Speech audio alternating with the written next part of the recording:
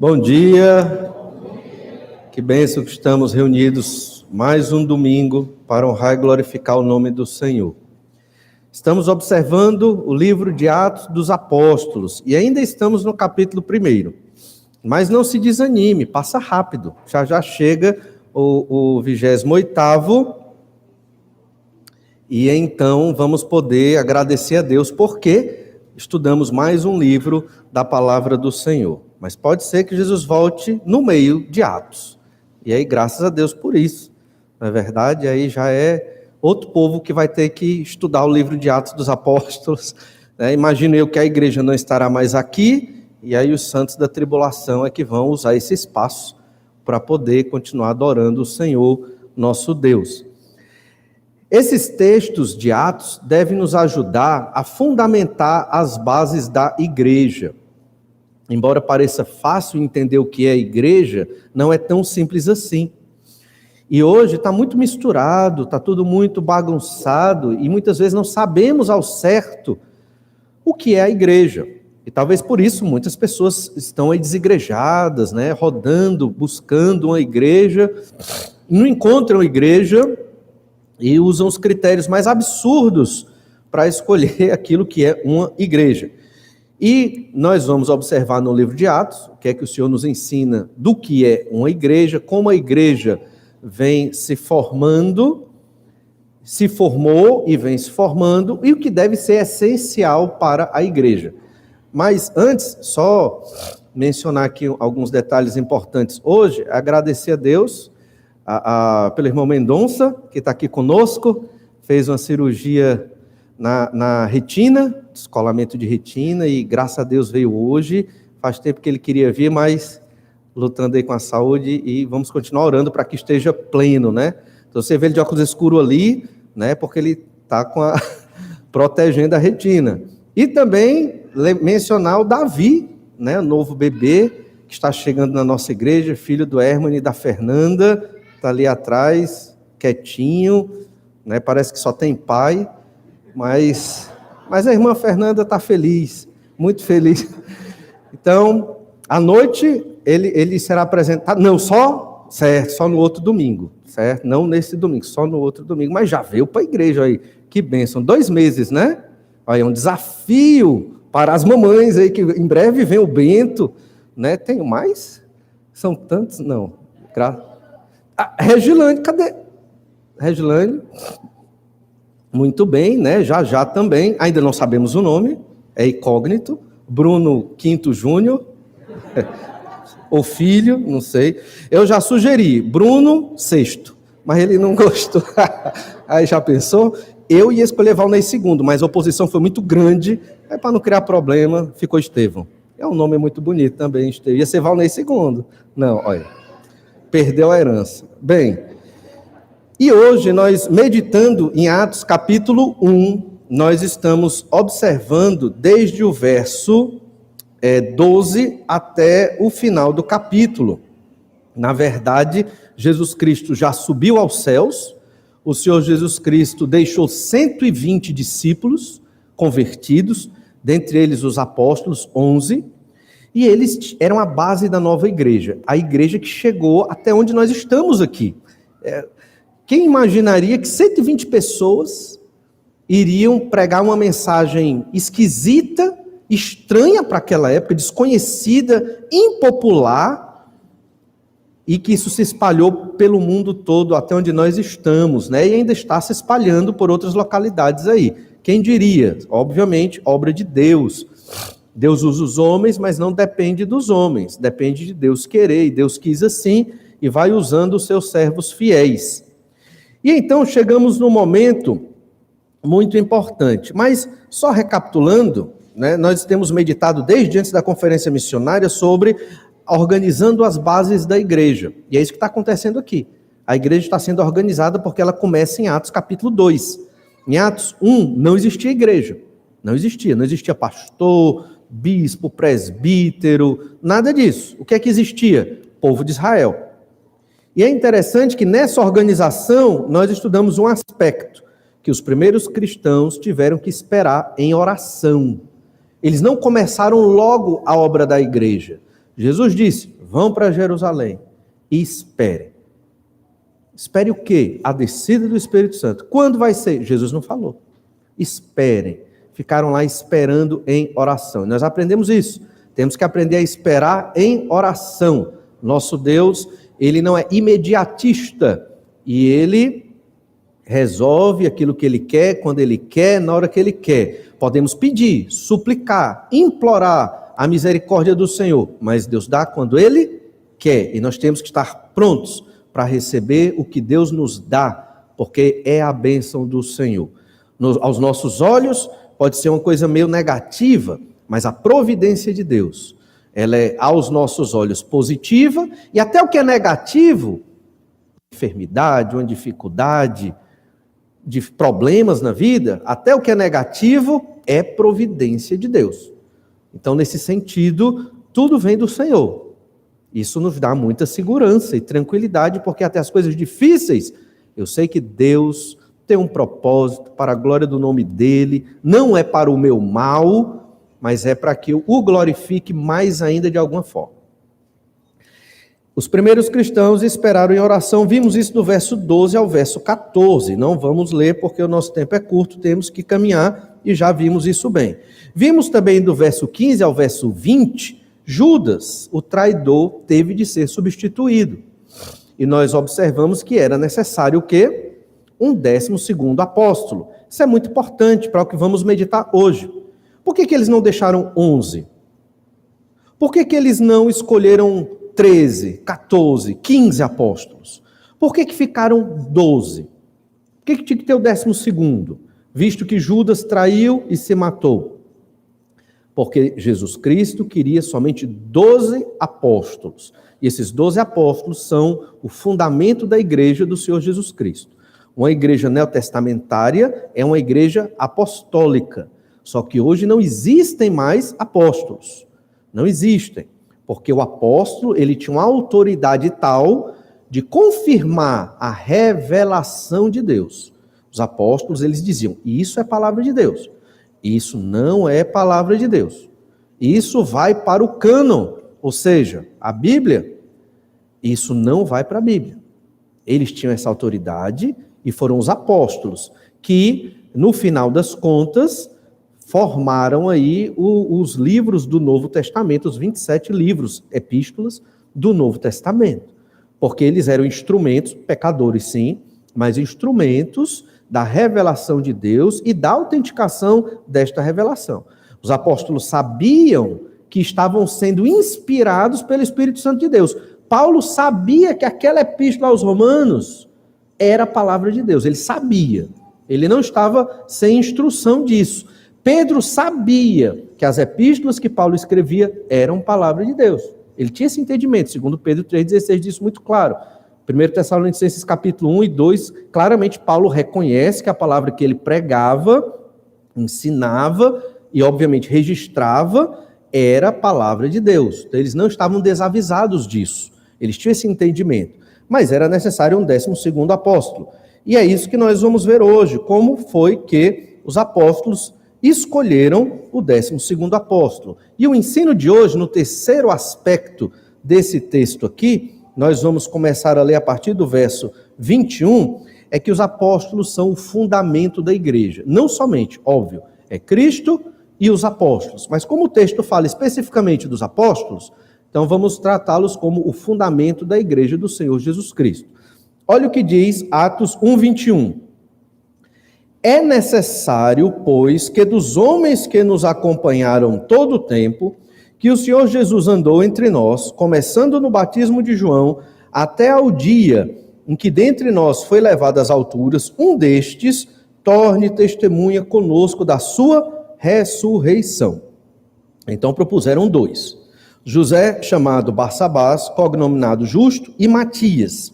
E orando disseram, Tu, Senhor, que conheces o coração de todos, revela-nos qual destes 2 tens escolhido, para preencher a vaga nesse ministério e apostolado, do qual Judas se transviou, indo para o seu próprio lugar. E os lançaram em sortes, vindo a sorte recair sobre Matias, sendo-lhe então votado o lugar com os 11 apóstolos aqui. Os apóstolos, então, são o fundamento da igreja. Nós observamos que era necessário um substituto para Judas. Pedro encabeçou isso. E Pedro chamou ali a assembleia para eles resolverem esse problema. Era um problema, era uma necessidade. E realmente era. Tinha que ter um 12º apóstolo. E a gente vai entender mais à frente por que tinha que ter o 12º apóstolo. Pedro colocou 2 critérios para o apostolado. Critérios que os apóstolos modernos não cumprem, porque não são apóstolos. O primeiro critério, ter sido treinado e discipulado pelo Senhor Jesus Cristo.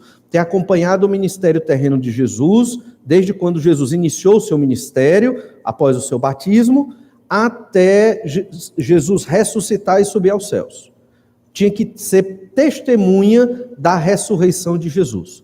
Os apóstolos modernos testemunharam a ressurreição de Jesus? Certamente que não, né? Os apóstolos modernos foram discipulados diretamente pelo Senhor Jesus Cristo? Certamente que não. Logo, alguém que se diz apóstolo não vem de Deus. É um embusteiro, é um enganador, está mentindo. Igreja evangélica que diz que tem apóstolo não é uma igreja boa para se congregar, certo? O Papa se diz apóstolo, é o apóstolo de Cristo ali, porque ele se coloca como herdeiro de Pedro, o líder dos apóstolos ali. Os evangélicos descobriram a estratégia católica para poder ter mais poder na igreja, como se o poder viesse dos homens. Qual é o poder? É ter um apóstolo. Vamos fazer que um apóstolo, nossa igreja é mais poderosa. Parece que a turma está disputando, né? De pastor, porque pastor, coitado, quem é pastor, né? Tem que ser bispo, né? Agora eu sou bispo e um parêntese. Por sinal, bispo é a palavra certa para chamar pastor no Novo Testamento. A palavra certa é a mais adequada. Todo pastor tinha que ser bispo. É até mais bonito. Mas presbítero eu não gosto muito, não. Pastor fica muito simples. Bispo. Brincando, irmãos. Não, mas biblicamente era para ser bispo. Só que, por conta da tradição romana, o bispo ficou muito ligado à igreja de Roma. Então, os pastores, os líderes da igreja, decidiram não serem chamados de bispos, vamos se chamar de pastor. Você não vê no Novo Testamento um líder da igreja sendo chamado de pastor. Você vê sendo chamado de bispo ou presbítero, mas não pastor. Agora, Jesus é o pastor, né, das nossas almas. A gente entende que existe uma relação do título pastor.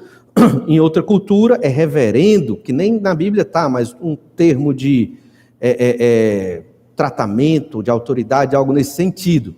Mas o que é que eu quero dizer? É que nós deixamos o uso de bispo para não nos relacionarmos e parecer com a igreja romana, e presbítero porque não somos presbiterianos, e é muito ligado ao presbiterianismo, ficamos como pastor, não tem pecado, não tem problema, é maravilhoso e é uma bênção.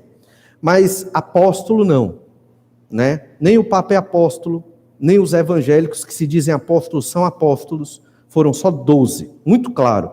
Eram 11 porque Judas se matou, era necessário ter mais um apóstolo.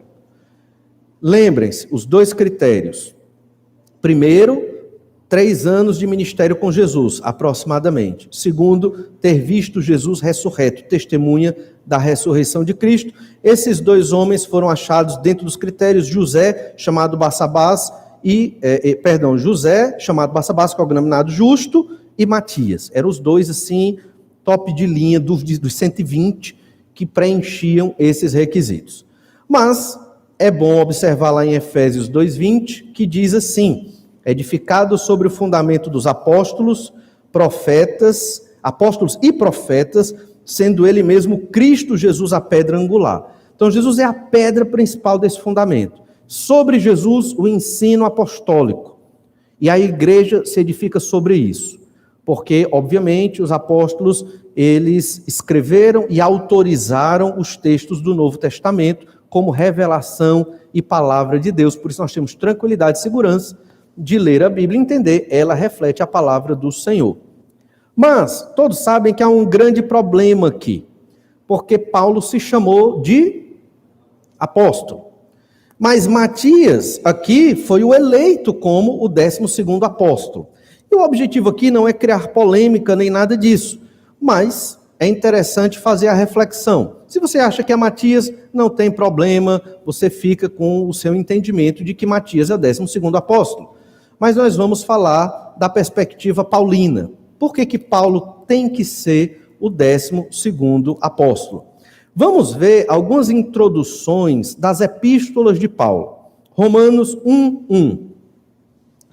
Paulo, servo de Jesus Cristo, chamado para ser apóstolo, separado para o evangelho de Deus. Então Paulo, ele diz, eu fui chamado para ser apóstolo. 1 Coríntios 1:1. Paulo, chamado pela vontade de Deus para ser apóstolo de Jesus Cristo, e o irmão Sóstenes. Mais uma vez, ele foi chamado para ser apóstolo. 2 Coríntios 1:1. Paulo, apóstolo de Cristo Jesus pela vontade de Deus, e o irmão Timóteo, a igreja de Deus que está em Corinto, e a todos os santos em toda a Caia. Gálatas 1:1.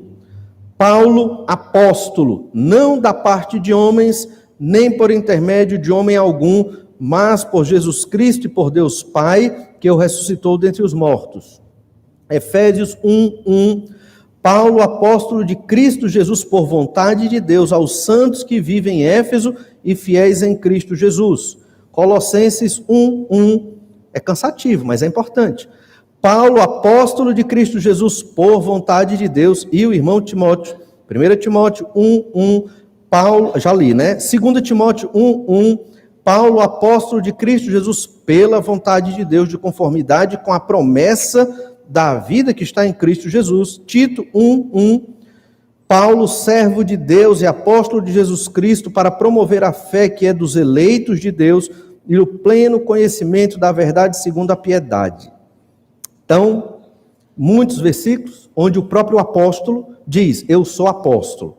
Em alguns desses versículos, claramente Paulo diz, pela vontade de Deus. Em outros ele diz, não pela vontade dos homens.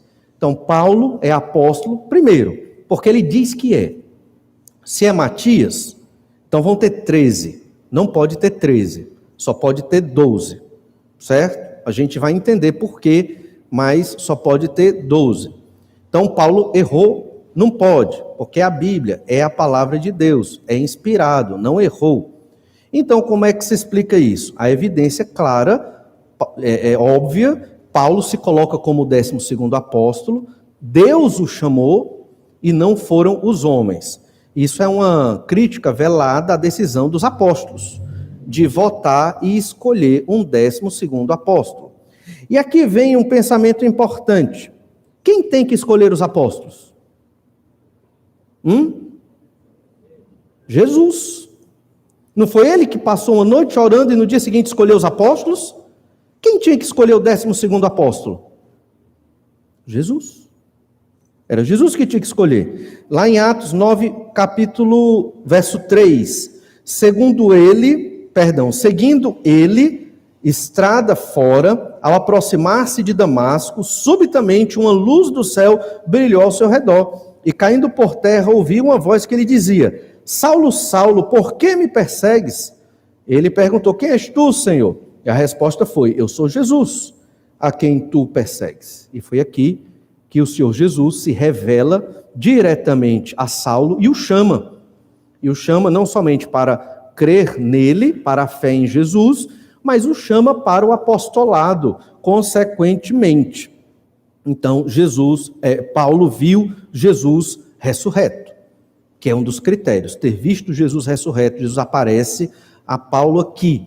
Mas não foi somente aqui. Há uma sutileza interessante em Gálatas capítulo 1. Nós vamos perceber que Paulo foi discipulado pelo próprio Senhor Jesus Cristo. Imagina aí por quanto tempo? 3 anos. Gálatas capítulo 1, olha o verso 11. Gálatas 1, 11. Paulo diz, faço-vos, porém, saber, irmãos, que o evangelho por mim anunciado não é segundo o homem. Então, o objetivo aqui é Paulo mostrar que o evangelho que ele prega vem de Deus, porque estava entrando outro evangelho nas igrejas da Galácia que pregavam a salvação por obras e não somente pela fé. Então Paulo está dizendo, o evangelho que eu prego aqui não é meu, é de Deus. Agora eu tenho que provar isso. Paulo dizendo, verso 12, porque eu não o recebi, nem o aprendi de homem algum, mas mediante revelação de Jesus Cristo. Então foi Jesus Cristo que revelou o evangelho a Paulo. Não foi homem algum. E ele vai argumentar que ele não foi aos apóstolos para ouvir o evangelho dos apóstolos, mas que primeiro ele recebeu esta revelação do Senhor Jesus Cristo. Depois é que ele foi a Pedro e aos demais apóstolos, porque ele quer provar às igrejas da Galácia que o evangelho que ele prega veio de Deus. Ele também recebeu de Jesus, não recebeu de homens, não é de terceiro, é de Jesus. Olha o verso 15, Gálatas 1,15. Quando, porém, ao que me separou antes de eu nascer e me chamou pela sua graça, aprouve revelar seu Filho em mim, para que eu o pregasse entre os gentios sem detença. Não consultei carne e sangue. Então, quando eu comecei a pregar o evangelho, eu não consultei um apóstolo aqui, outro apóstolo ali, para eu pregar o evangelho. Aprouve a Deus, Paulo dizendo, que me escolheu revelar Cristo em mim. E essa palavra em, essa preposição em, quer dizer dentro de mim, de modo íntimo e profundo. Então, Paulo teve revelações diretas do Senhor Jesus Cristo. Já é o segundo versículo aqui, vimos Gálatas 1, verso 12, Gálatas 1, verso 15 e 16. Veja que a divisão do versículo foi péssima, né? O verso 16 está entre o aprouve e revelar, não é isso? Terrível essa divisão. Só um detalhe. E os versículos não são inspirados, a divisão. Isso aqui foi feito por um bispo católico romano. Diz a lenda que ele estava numa carruagem, vulgo charrete, e ela pulava muito, porque não tinha amortecedor, e cada pulo ele ia marcando os versículos ali na Bíblia, dividindo, né? Essa é a lenda, não sei, até hoje eu não sei se é verdade. E o verso 17, Gálatas 1,17, nem subi a Jerusalém para os que já eram apóstolos antes de mim. Ele diz, eu sou apóstolo. Eu não fui a Jerusalém logo após a minha conversão falar com os apóstolos. Não. Eu fui ter o meu discipulado e treinamento com Jesus, direto com Jesus. É o que Paulo está dizendo. Mas parti para as regiões da Arábia. Então, Paulo, nesse momento, foi para as regiões da Arábia, e lá foi discipulado pelo Senhor Jesus Cristo. Ele está dizendo aqui. E voltei outra vez para Damasco. E essa volta para Damasco aqui tem a ver quando Barnabé vai buscá-lo. Na verdade, para Damasco aqui é quando ele foge, né? E depois Barnabé vai buscá-lo, ele já estava em Tarso. Então isso aqui é entre Damasco e Tarso, provavelmente. Um segundo momento em Damasco. E então no verso 18, Paulo diz, decorridos 3 anos... Então subi a Jerusalém para avistar-me com Cefas e permaneci com ele 15 dias. Então, aproximadamente 3 anos foi o tempo que Paulo foi discipulado e treinado pelo Senhor Jesus Cristo. Isso cumpre o outro requisito que os apóstolos, os 11, estabeleceram para escolher um 12º apóstolo. Ele viu Jesus ressurreto e ele foi discipulado pelo Senhor Jesus Cristo.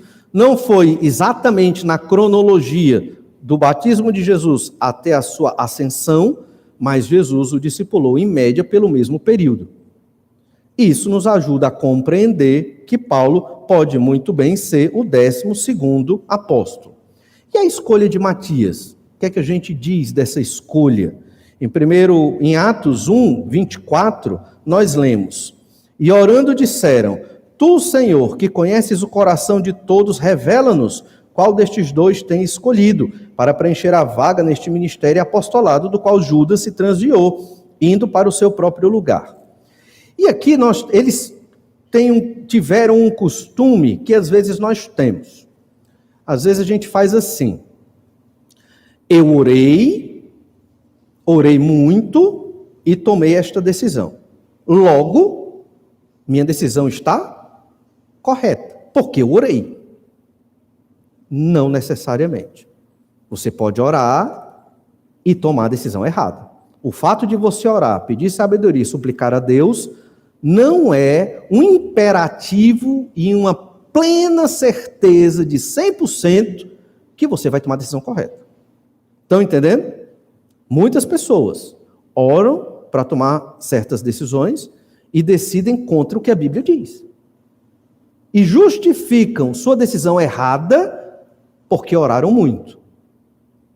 Orar é importante e Deus nos dá sabedoria e entendimento. Mas não significa que só a oração em si garante que eu vou tomar a decisão correta. Eu preciso ler a Bíblia, conhecer a Bíblia e objetivamente, claramente, decidir a vontade de Deus. A vontade de... Estamos vivendo numa época, já de umas décadas para cá, que as pessoas confundem a vontade de Deus com o que eu gosto e com a minha emoção. Eu senti um negócio especial, é Deus. Não sei. Quem garante que é Deus falando quando você sente algo especial? É um sentimento. Se este sentimento combina, concorda com a revelação escrita de Deus, a Bíblia Sagrada é de Deus. Se esse sentimento não concorda e não combina com o que a Bíblia Sagrada diz, então não é um bom sentimento. Os sentimentos não ditam o que é a vontade de Deus. Nem a paz, a suposta paz no nosso coração, dita o que é a vontade de Deus. A vontade de Deus revelada na Bíblia Sagrada. Entendem? Os apóstolos, penso eu, caíram neste erro. Vamos resolver um problema. Já que estamos aqui esperando a igreja começar, vamos começar redondinhos, com os 12. Mas será que era isso que Deus queria? Ora, Jesus escolheu os 12 apóstolos, um se transviou, quem tem que escolher o 12º? É Jesus, não é Pedro. E Pedro, no seu temperamento, no seu jeito de resolver logo as coisas, né? Ele tem que resolver rápido, ele é o líder. Isso é bom por um lado, mas quem é assim tem que equilibrar e entender que eu tenho que esperar o tempo certo. Ora, a igreja é de Jesus, a obra é de Jesus. Quem tem que escolher o 12º apóstolo é o Senhor Jesus Cristo. Pedro, então, mas parece tão bonito o texto, e aqui é um princípio importante. Quando você lê na Bíblia um texto narrativo, que é o caso aqui de Atos 1, que nós estamos lendo, é palavra de Deus. Mas nós temos que ter muito cuidado para observar a doutrina que esse texto nos traz. Um texto narrativo, cujo narrador não apresenta aprovação ou reprovação do que está sendo dito naquele texto, é um texto que fica a critério do leitor. Entende? Isso é muito importante. Exemplo, muitos crentes leem o Antigo Testamento e interpretam certas coisas de modo errôneo por causa da narrativa. Exemplo, Gideão com aquele, vou usar aqui a expressão novelo, né? Que tem que ser, num dia tinha que estar molhado, no outro dia tinha que estar seco, ao redor molhado e ele seco, ele molhado e ao redor seco. Isso ia determinar a vontade de Deus no contexto de Gideão. Vou fazer isso, pegar um novelo de lã, vou orar e vou fazer o teste. Ali foi para Gideão, entendeu? Não foi para você, não é o mesmo método, é outro contexto, é outra dispensação. Então nós temos que ter muito cuidado quando formos ler os textos narrativos do Antigo Testamento e aplicar direto. Quando você for ler um texto narrativo, procure o narrador. O narrador é a pessoa fora da história que conta a história e que emite opinião.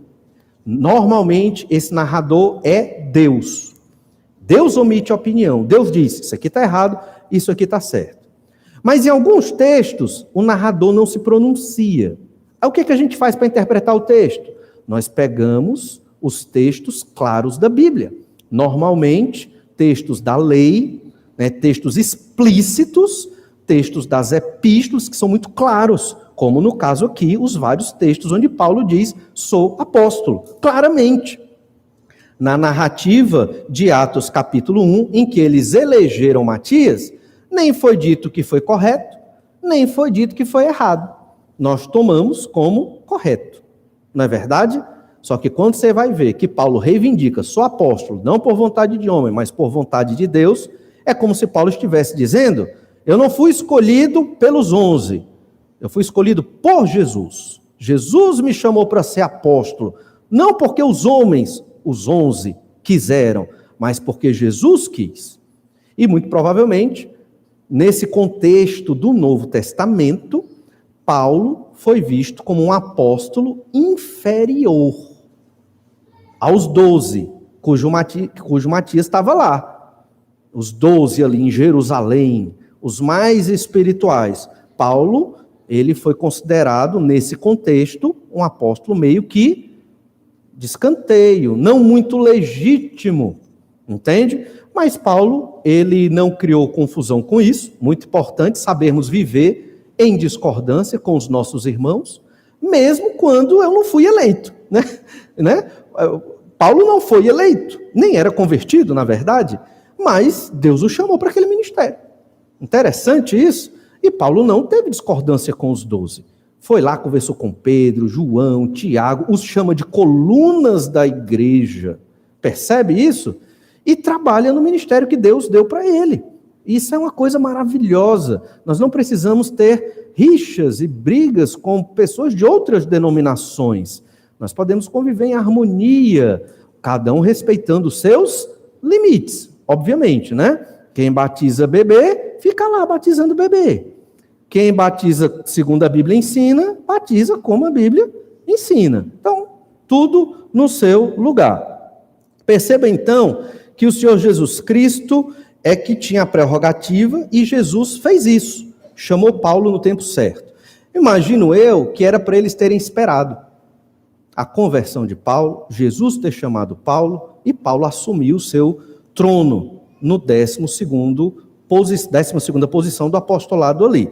Olha o que diz o Evangelho de Mateus, capítulo 19, verso 28, Jesus ensinando sobre o perigo das riquezas. Olha o que Jesus diz lá em Mateus 19, 28. Jesus lhes respondeu, em verdade vos digo que vós, os que me seguistes, quando na regeneração o Filho do Homem se assentar no trono da sua glória, também vos assentareis em 12 tronos, para julgar as 12 tribos de Israel.